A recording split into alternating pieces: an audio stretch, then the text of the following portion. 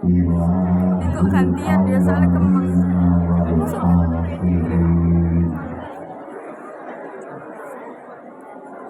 Wa asyhadu anna Muhammadan abduhu wa rasuluhu khiyaratal Gantian ya muhtadin. nanti gantian. Ya. Allahumma sholli wa sallim ala sayyidina Muhammad Sayyidina Muhammad wa ala alihi wa ashabihil mujahidin al-qahirin. La haula wa la quwwata illa billahil aliyyil azim. Amma ba'd. Yang saya hormati Bapak Kepala SMK Negeri Bubur. Yang saya hormati Bapak Ibu Dewan Guru SMK Negeri Bubur. Juga tidak lupa anak-anakku sekalian peserta didik SMK Negeri Bubur yang saya cintai sekaligus yang saya banggakan. Pertama, mari bersama-sama kita memanjatkan syukur kehadirat Allah Subhanahu wa Ta'ala di qaulina alhamdulillahi rabbil alamin. Alhamdulillahi rabbil alamin.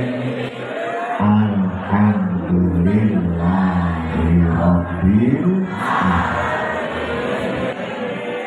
Karena rahmat nikmat beserta hidayahnya, pagi hari ini sampean di tengah-tengah kesibukan sampean melaksanakan kegiatan belajar masih sempat melaksanakan satu kegiatan memperingati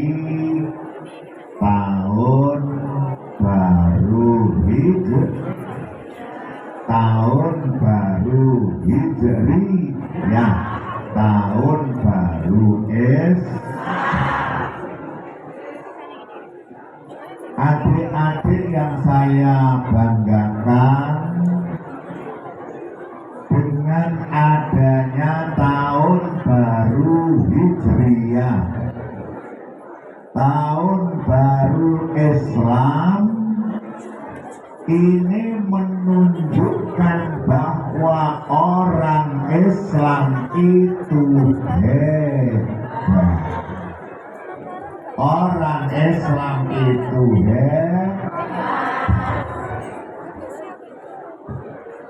Kenapa dikatakan hebat kalau orang lain mampu menciptakan, mampu membuat tahun yang disebut tahun Masehi, tahun umum. Islam juga mampu menciptakan tahun baru Hijrah. Lalu apa bedanya tahun baru Islam dengan tahun baru umum? Pertama, bedanya cara menghitung. Cara menghitung dan kapan mulainya. Yang pertama, cara menghitung. Nek tahun baru tahun Masehi, cara menghitungnya menggunakan perputaran mata. Perputaran mata. Aku khawatir terus matamu. Perputaran mata yang dihitung sejak lahirnya Isa Al-Masih, dihitung sejak kelahiran Nabi Isa, dan dimulai dengan bulan yang namanya Januari, Februari, Maret, April, Mei, Juni, Juli, Agustus, September, Oktober, November, Desember. Itu tahun Masehi, dihitung sekarang 2020.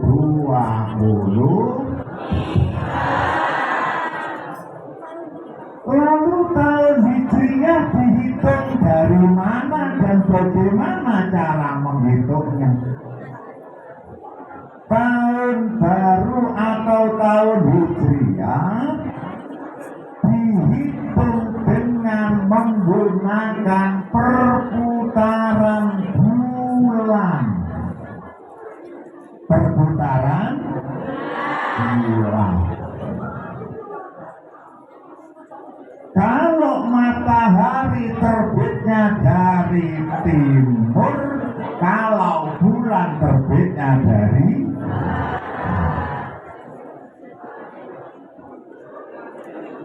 hitung dari dimulai dari mana? Dimulai dari hijrahnya Kanjeng Nabi dan dimulai dengan bulan yang namanya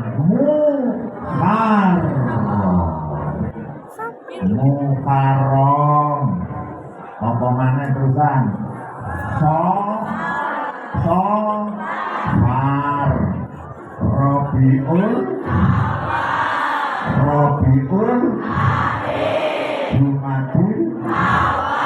Jumadil,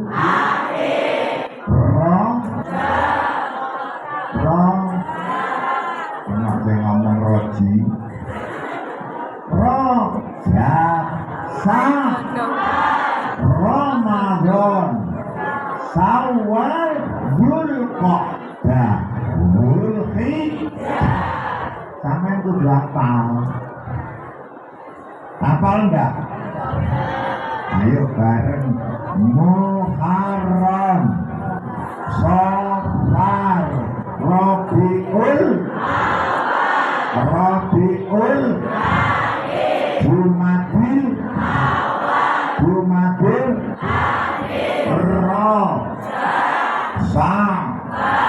Ramadan, Syawal, Dzulqa'dah, Dzulhijjah.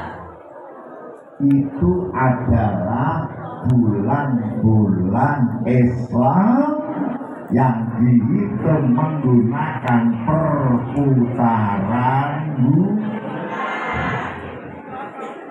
adik-adik yang saya cintai, yang saya banggakan. Kalau Islam itu hebat,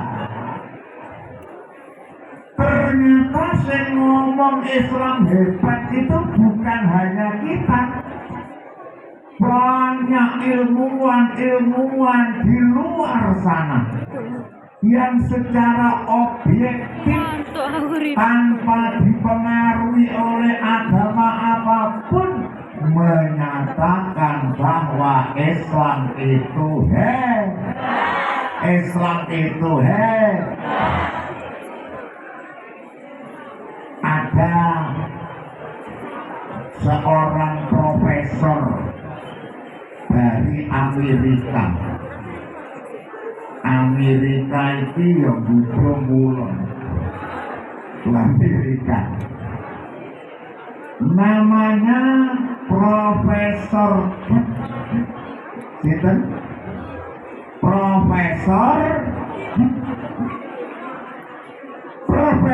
Gibb itu menyatakan Islam is indeed much more than theology of system, but Islam it is complete civilization. Apa artinya? Aku yang tahu. Islam itu hebat karena Islam itu tidak hanya mengatur hubungan manusia dengan Tuhannya. Orang ngatur hubungannya awake dhewe karo Gusti Allah toh, justru seluruh aktivitas manusia diatur di dalam ekonomi diatur oleh Islam. Makanya banyak ekonom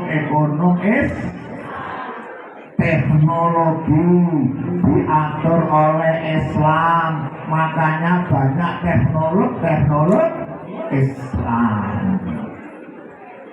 Tidak hanya mengatur hubungan kita dengan Allah saja, tapi seluruh aktivitas manusia diatur oleh Islam itu Islam itu agar kehebatan Islam itu bisa lestari, bisa terus sampai hari kiamat, maka diperlukan generasi-generasi muda Islam yang generasi muda Islam yang hebat. Jadi supaya Islam ini kehebatannya lestari sampai hari kiamat, dibutuhkan generasi muda Islam yang butuh sampean yang hebat. Allahumma. Lalu sekarang bagaimana generasi muda Islam yang hebat itu? Pemuda Islam yang hebat itu bagaimana? Remaja Islam yang hebat itu bagaimana? Pelajar Islam yang hebat itu bagaimana? Saya mengutip pendapat di dalam sebuah kitab yang dikarang oleh Sayyid Muhammad, namanya kitab Takhliyah. Kitab Takhliyah itu kitab cilik. Di mukadimah itu bisa disimpulkan ada beberapa ciri remaja Islam, ada beberapa ciri pemuda Islam. Di antaranya yang pertama, qawiyal azmi, pemuda Islam itu harus tinggi cita-cita, harus kuat cita-citanya, tinggi cita-cita. Makanya tolong adik-adik bercita-citalah yang tinggi. Ada yang mengatakan kun rojulun rijluhu bisurah wa himmatuhu ala suraya. Jadilah kamu manusia yang kakinya di atas bumi, sikil sampai lah mati no bumi. Masih disenggol. Tapi cita-cita setinggi bintang di langit. Adik-adik kalau bercita-cita jangan melihat kondisi orang tua. Alah, bapak kami ae, kakose kakek cita-cita dhuwur-dhuwur paring kok ya mari ya melok kami. Jangan melihat kondisi orang tua. Sangat bisa melihat banyak orang-orang yang hebat ternyata berangkat dari keluarga yang sederhana. Zaman contoh sekarang presiden kita ini Pak Jokowi itu dulu berangkat dari orang yang soleh. Tapi karena cita-citanya begitu tinggi, Allah memberikan satu kehormatan, sekarang menjadi orang nomor 1 di Indonesia. Makanya tolong adik-adik cita-citalah yang tinggi. Saya nanti harus begini, cita-cita yang tinggi. Karena apa? Karena cita-cita itulah yang menjadikan kita hidup semangat.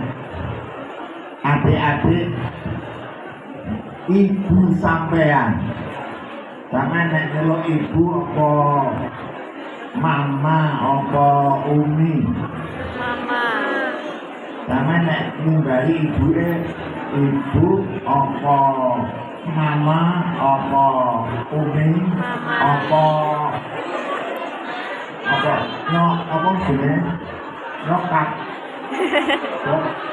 sama yang nandukku oh mami iya arek ini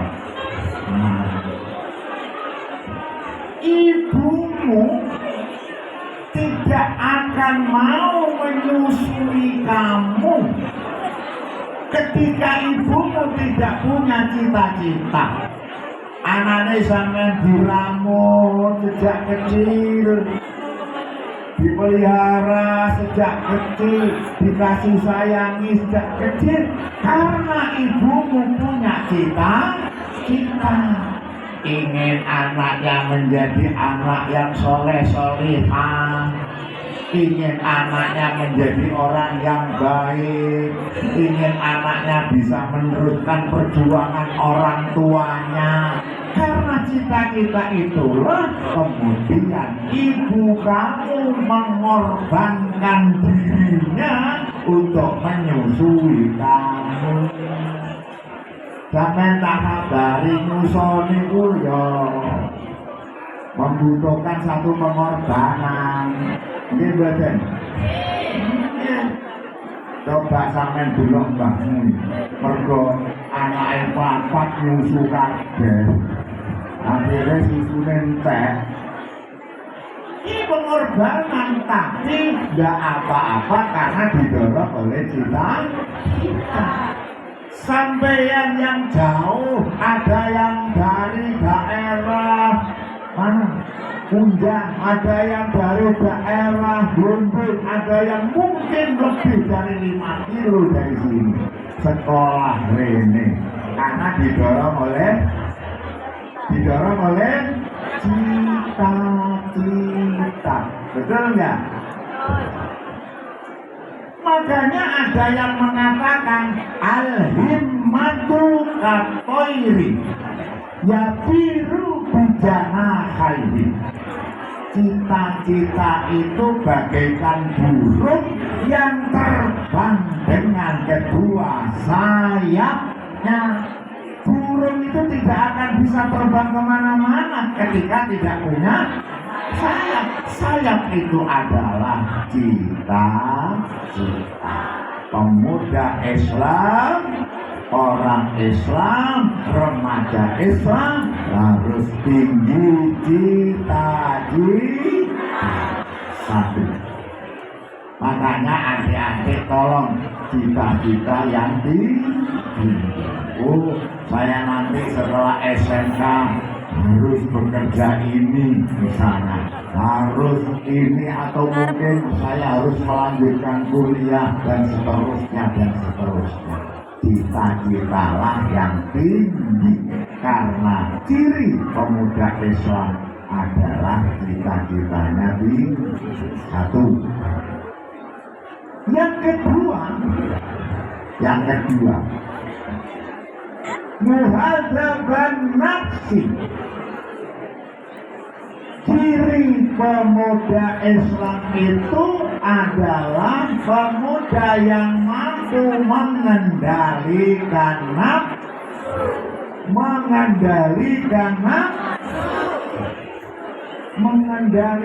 nafsunya. Allah membekali kita dengan dua bekal. Yang pertama akal, yang kedua nafsu. Kita ini oleh Allah dibekali satu akal, satu nafsu. Antara akal dengan nafsu mempunyai watak yang berbeda. Watak akal itu taat, watak akal itu manut. Siapapun yang manut kepada kebaikan berarti akalnya yang berjalan, akalnya yang menang. Contoh saja, di SMK ini ada aturan sekolah. Yakin aturan sekolah itu supaya menjadi baik. Lalu kemudian sampai taat dengan aturan itu, maka berarti akalnya yang cirinya nafsu itu bahkan tidak taat. Ketika ada orang tidak taat kepada satu kebaikan, berarti yang kuat yang berjalan adalah nafsu. Sejak kapan? Sejak akal dan nafsu itu dijadikan. Adik-adik, ketika Allah menjadikan akal itu ditanya oleh Allah. Ketika Allah menjadikan akal sing gawe sinten? Yang gawe akal sinten? Allah. Ketika Allah itu menciptakan akal, kun fayakun, akal itu jadi.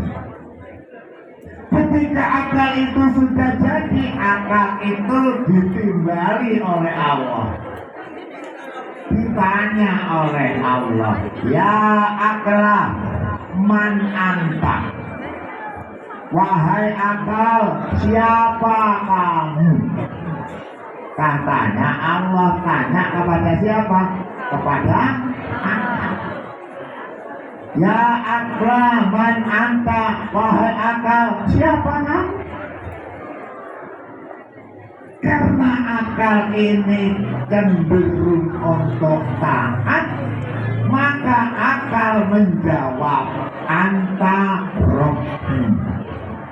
Panjenengan adalah sesembahan kula, panjenengan pangeran kula. Anta Rabbi, Wa ana abdun goib, sementara saya adalah hamba panjenengan. Makanya ketika ada orang menghambakan dirinya kepada Allah, beribadah kepada Allah, berarti akalnya yang akalnya yang berjalan. Nah, adik-adik mengendalikan nafsu itu berat apa ringan? Berat ya? Tapi sing dikarenakan nafsu itu sing enak-enak. Nggih mboten. Karepe nafsu sekolah pinter tapi gak patek masuk. Karepe nafsu iso dadi wong pinter tapi sekolah aras-arasen. Karepe keinginan nafsu sing enak-enak. Berat mengendalikan nafsu itu berat.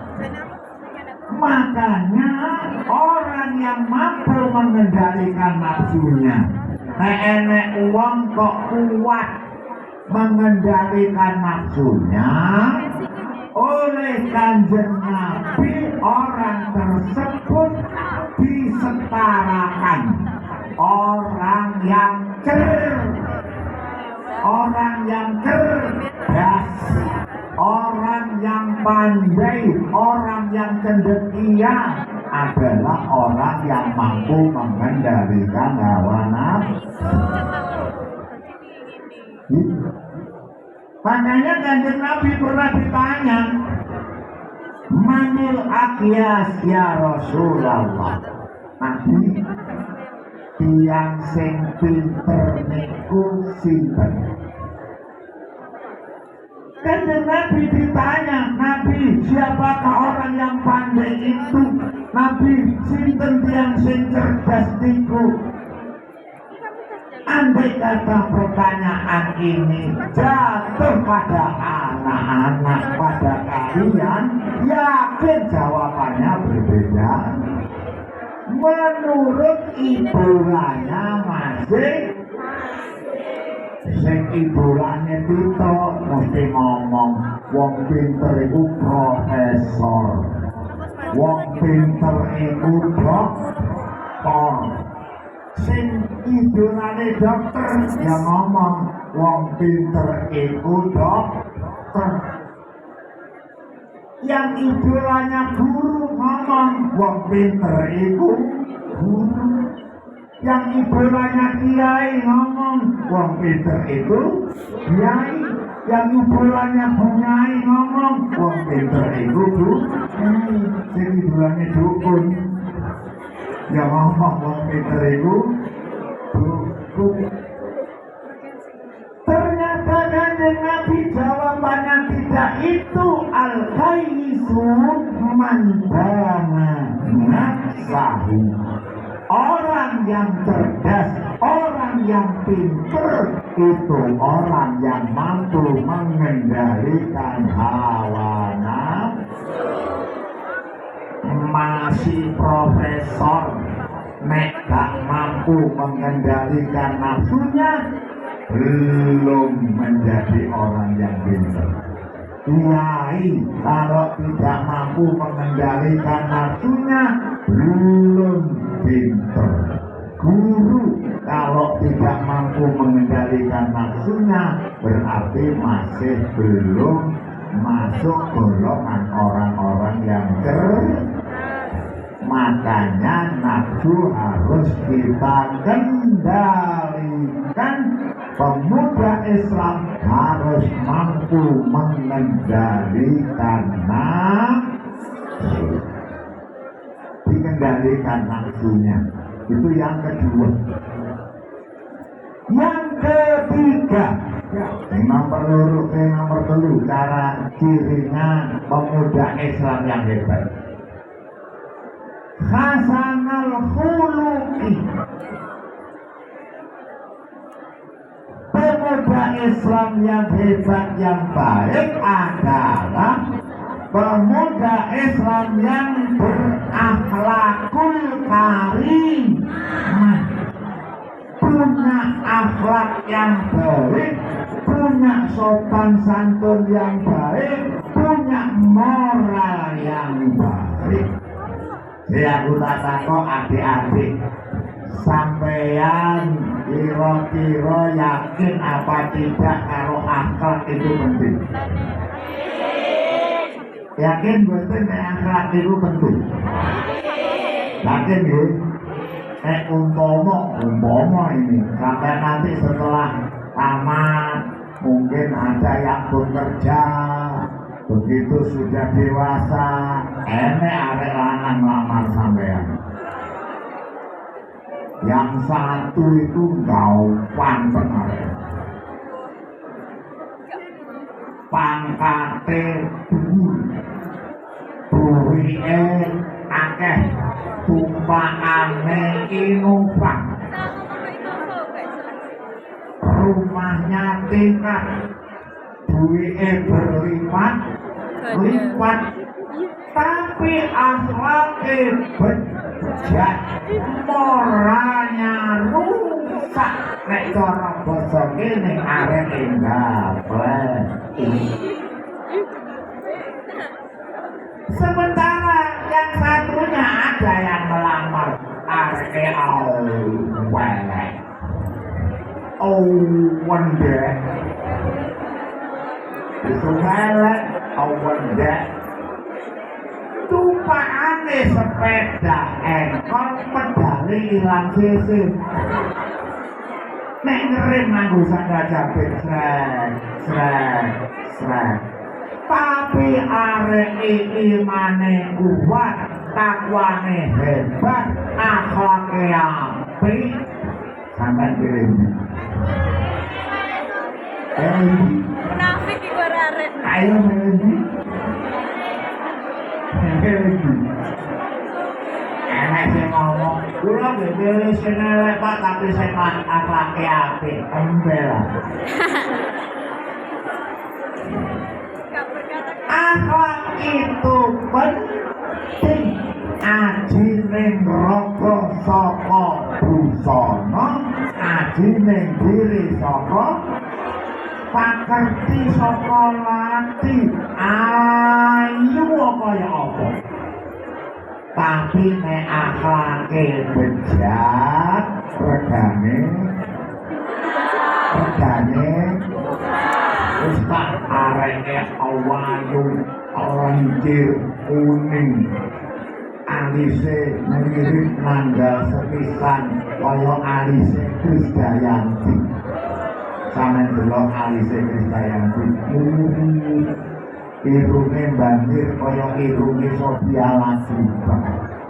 Untune cilik-cilik niji timun kaya untune Binyane Narti, nek guyu pipine bekok tengah kaya pipine Intan Nuraini.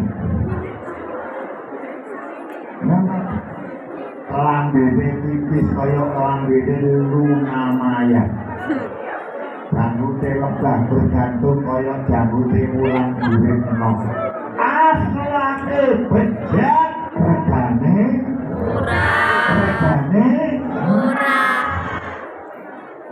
murah. Pinter sampai iso ngraji langit. Saking pintere, tapi bejat akhlake. Itu murah, makanya ada yang mengatakan akhlak itu fauqa ilmin, akhlak itu di atas ilmu. Pinter akhlake bejat, murah regane. Ayu akhlake bejat, murah. Ganteng akhlake bejat, murah regane. Welek akhlake bejat, ditambah nonton. Saya akhlake. Nah, supaya kita punya akhlak yang baik, itu ciri generasi muda. Akhlaknya baik, itu cirinya.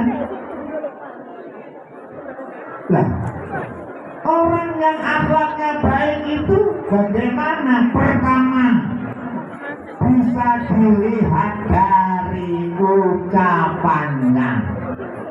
Dulu, maaf. Kok omongin Mulanya generasi muda Islam yang keluar dari mulut itu harus yang baik-baik. Ya aku tak takon. Ngomongnya SMK Negeri Buddha ini ono arek mesum. Ono arek mesum. Arek yang kepoin. Nah, ini arek mesum. Ono. Sopo? Aku yakin gak ono. Mesum. Padahal mesum itu ucapan yang tidak baik. Saya pernah satu saat nih, pas nonggone stasiun Jombang, kira-kira jam 1, anak-anak sekolah sedang pulang dari sekolahnya. Di situ tempuh arek ini. Ada anak yang bertemu temannya mesum. Pedho kancane lho mesum. Begini ana ini. Ya Allah. Pedho kancane dadak muni melompo niku. Tos niku. Tangane kono ngene yo. Tangane kono ngene. Pos. Ambek mesum. Aku ngira ngono ini. Dak arekku ngomong ngene. Antri kon wis luwih gak ketok mandi ae. Ketok kancane jare. Elek nopo api? Elek. Berarti itu bukan mulut, bukan ucapan pemuda Islam, bukan ucapan pelajar Islam. Untuk kancane mesum. Mestine kan ya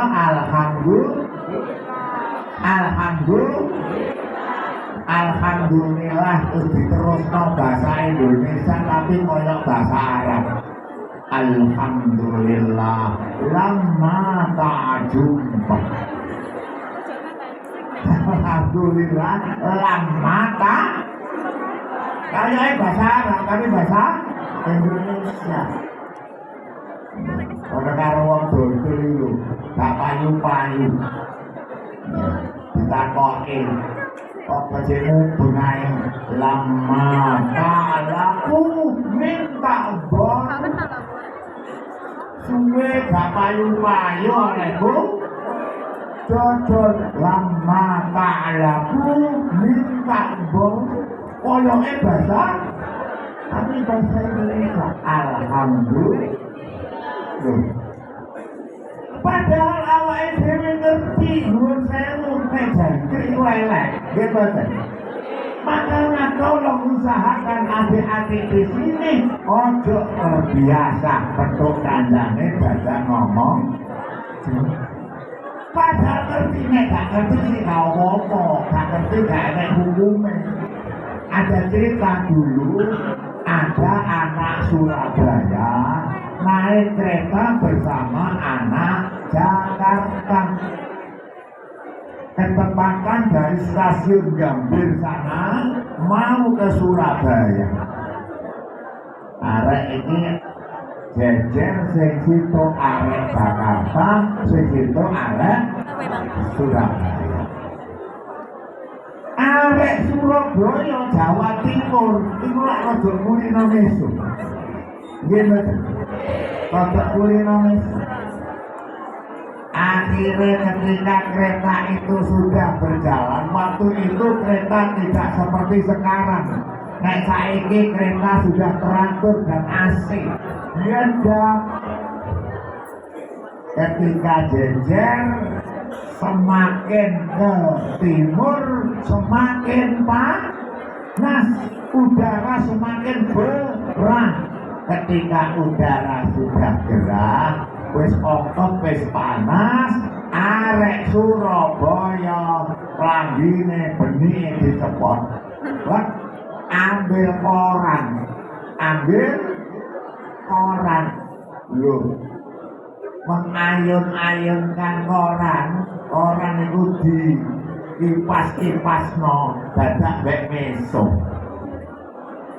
Bek meso. Arek Surabaya dadak ngene.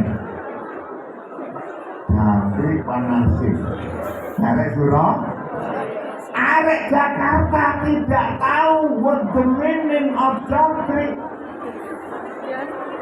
Karo malu dubil jangkrik. Karo jangkrik wopo.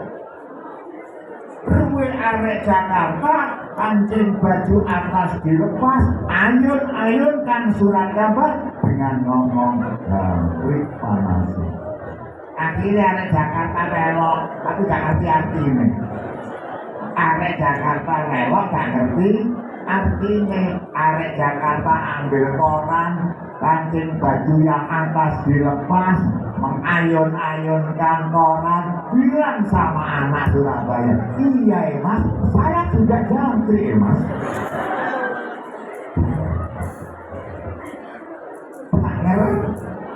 Gak ngerti, nek sama gak ngerti. Nek gak ngerti gak ada hukumnya. Ya sama dengan ada seorang turis dari Amerika sedang di Jogja, masuk ke sebuah warung, bukan restoran, warung. Ketepatan pas masuk itu menunya hanya ada jangan bung, terus jangan bung. Bung itu apa? Nah, akhirnya masuk ke warung itu dikasih jangan yang namanya jangan bung. Orang Amerika, dia tidak pernah tahu itu apa, dinikmati karena tidak pernah merasa nikmat.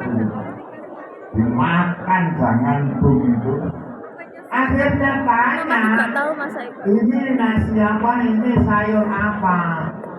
Akhirnya dia ngomong sendiri, warung ini sayur bung. Amerika takut, bung itu apa? Akhirnya yang punya warung jawab, bung itu adalah bambu yang masih muda. Dari wong Amerika, bu masih muda aja enaknya begini, apalagi kalau sudah tua. Dari Semarang juga perkataan peringgung karena tidak sebab sampean tahu kalau ucapan itu jelek, tolong jangan sampai yang keluar dari mulut pelajar Islam, remaja Islam, ucapan-ucapan yang tidak baik. Biasakan kalimah-kalimah thayyibah. Astagfirullah, subhanallah, la haula wala quwwata, alhamdulillah. Diusahakan begitu. Diusahakan kalau misalnya ada sesuatu yang kira-kira mengherankan, subhanallah. Ojo ngomong dengan adik-adik yang saya cintai. Di Jawa Timur ini pernah diadakan penelitian.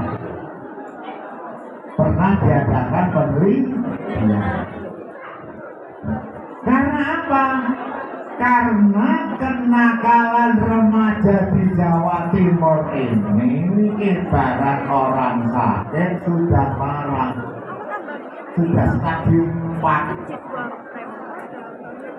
Akhirnya diadakanlah suatu penelitian di Jawa Timur. Dulu ada sebuah badan yang disebut dengan Bappenkar, Badan Pengendalian Kenakalan Remaja. Itu mengadakan satu penelitian sing diteliti sinten anak-anak usia sampean, anak-anak SMA, anak-anak SMK. Dari satu Jawa Timur ini mengambil 5 sampel kota besar Surabaya, Jember, Malang, Kediri, Madiun.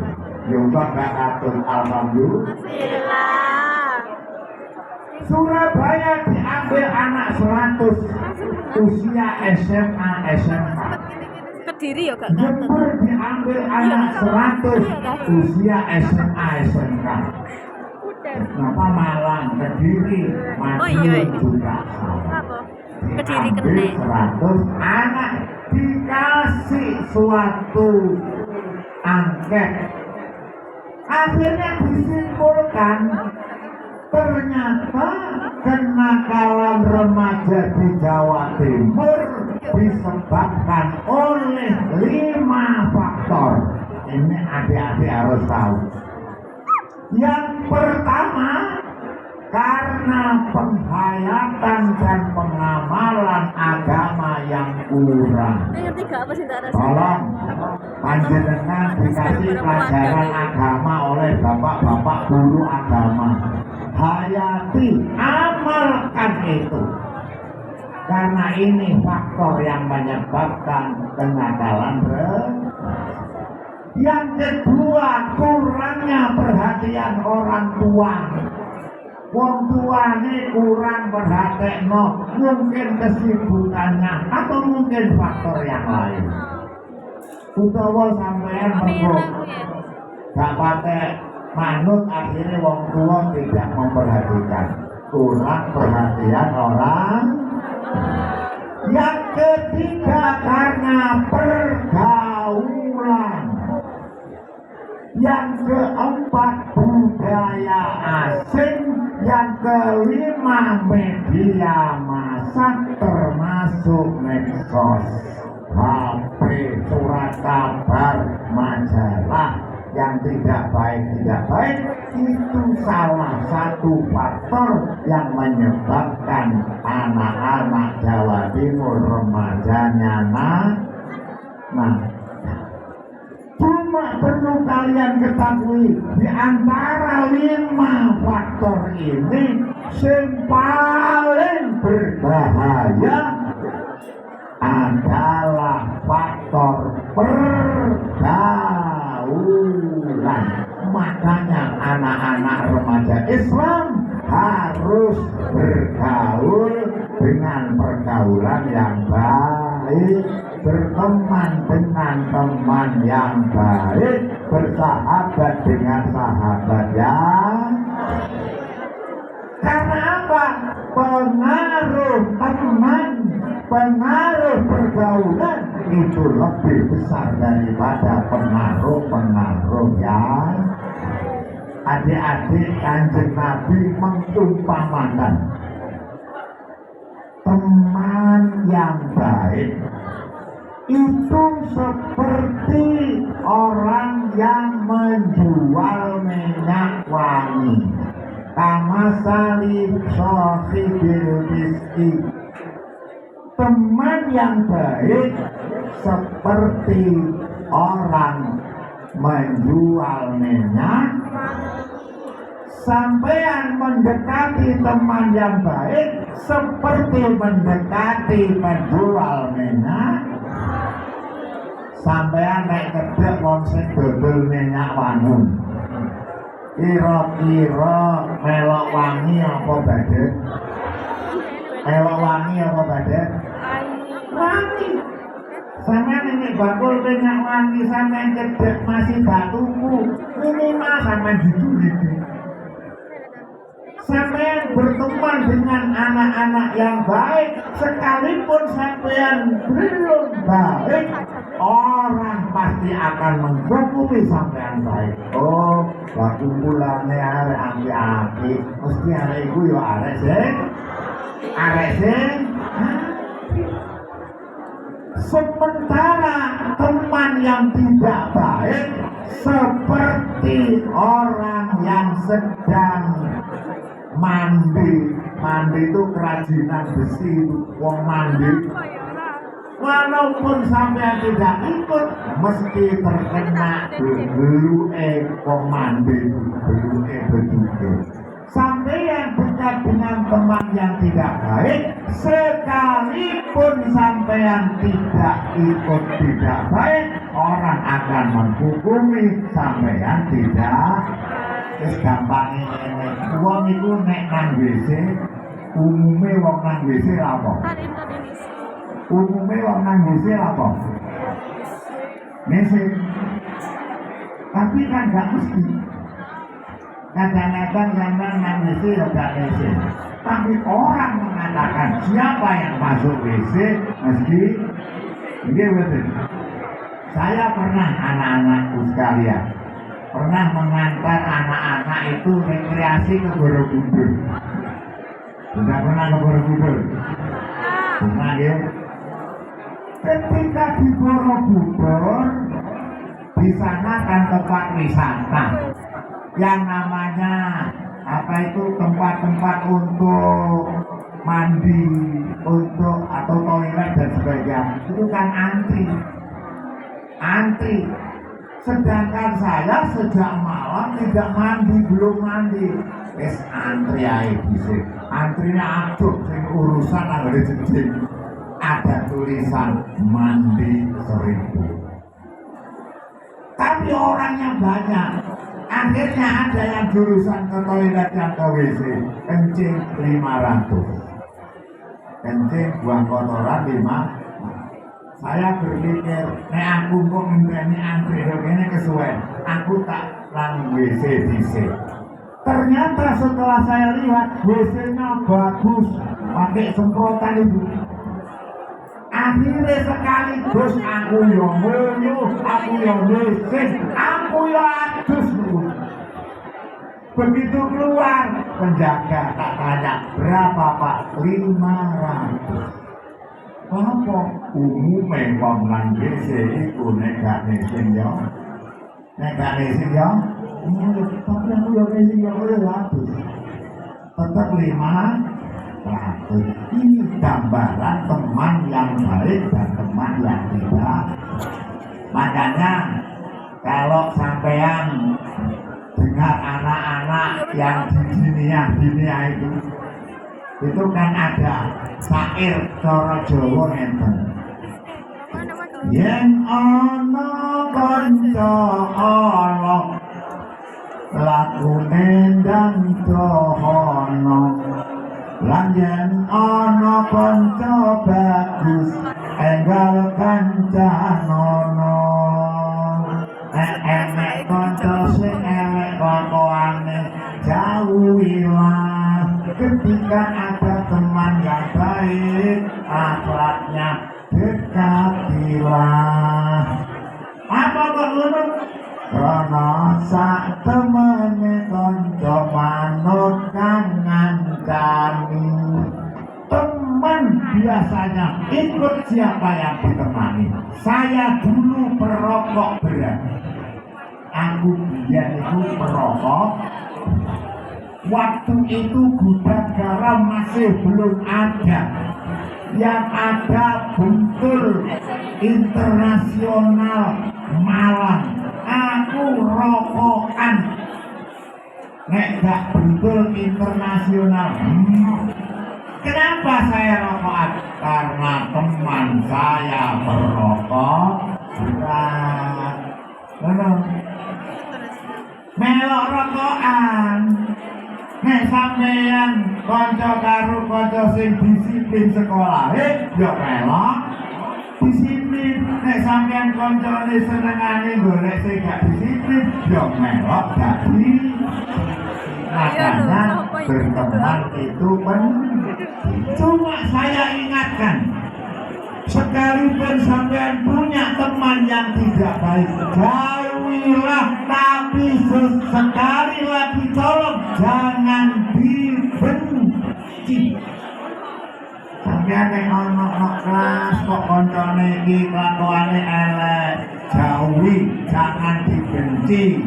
Nek perlu wacana Fatihah.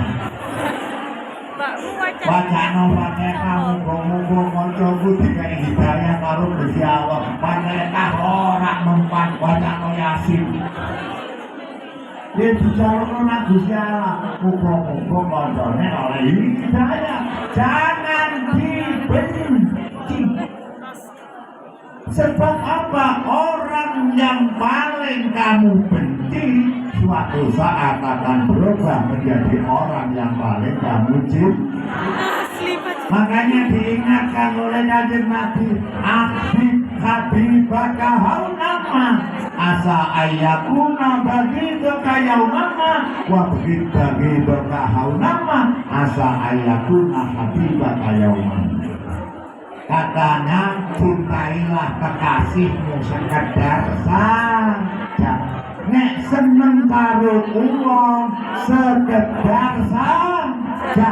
Ojo nemen-nemen seneng. Sampai pacarnya ngomong cintaku kepadamu 200%. Cintaku kepadamu 100%. Lah nek cintane nang pacarmu wis 100%. Makmu kok dereng, bapakmu kok dereng, adikmu kok dereng. Kalau perlu katakan pada kekasihmu, cintaku padamu hanya 1%. Belum, enggak belum ya 1%. Ojo. Jangan terlalu. Mobil. Ojo nemen-nemen karena apa? Asal ayatuna bagi kayau mama. Suatu saat orang yang paling kamu cintai bisa juga berubah menjadi orang yang paling kamu benci. Biar naik sekurung putus, koyok dunia ini milik kita berdua. Kalau dunia ini rasanya sepi tanpa kehadiranmu. Ya Allah, kadang-kadang kekasihnya dikasih surat di malam hari yang sunyi senyap. Ya percaya begitu sepi. Pak, kita tuh gak kenal, gak usah nyindir ya. Menarikan penaku, yono pulpen iso nari. Mudah-mudahan tarian penaku ini bisa menjadi siraman hatimu. Mergo Cikolo putus, ketika putus tidak ada orang yang paling jelek kecuali kamu. Makanya nek karo arek sing dibenci ojo nemen. Sebaliknya kalau membenci seseorang juga jangan terlalu, karena orang yang paling kamu benci suatu saat mungkin berubah menjadi orang yang paling kamu cintai. Ya moh gak sudi nek diwasi mengawinkan muka, nek gak ditaruh memercikan ludah iyan. Tapi akhirnya yang dibenci berubah menjadi orang yang dicintai. Makanya kalau ada teman yang jelek, jauhilah, tapi tolong jangan dibenci. Ketika baik dengan seseorang juga jangan terlalu, ya sekadar saja.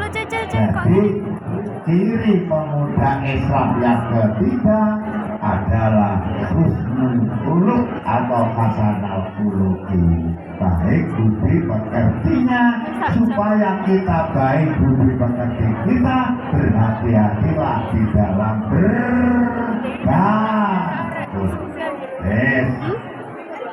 Yang keempat, ya mungkin nggak bisa menyebutkan semua, 4 saja. Muqtadan bitartib.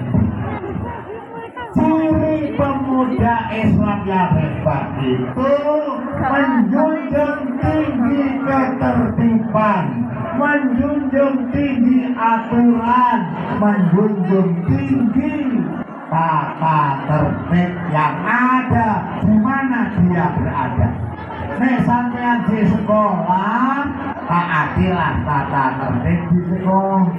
Ketika di kampung, taatilah tata tertib di kampung. Bergaul sebagai warga negara bangsa ini, ayo mengikuti apa yang menjadi tata perundang-undangan bangsa dan negara. Kalau sudah pemuda Islam itu kuat cita-citanya, kemudian mampu mengendalikan hawa nafsunya, kemudian bagus akhlaknya, dan yang ketiga menjunjung tinggi ketertiban dan peraturan, insya Allah Islam akan jaya, Islam akan hebat ila yaumil qiyamah. Mungkin ini yang bisa saya sampaikan. Mudah-mudahan ada manfaatnya. Kesimpulannya, Islam itu antara kehebatan Islam mampu menciptakan tahun yang berbeda dengan yang lain. Namanya tahun ya, karena Islam itu hebat, maka dibutuhkan generasi-generasi muda Islam yang hebat agar supaya kehebatan Islam ini lestari wilayah qiyamah. Ala hadihimnya wa ala kulli niyatin khalisah. Al-Fatihah.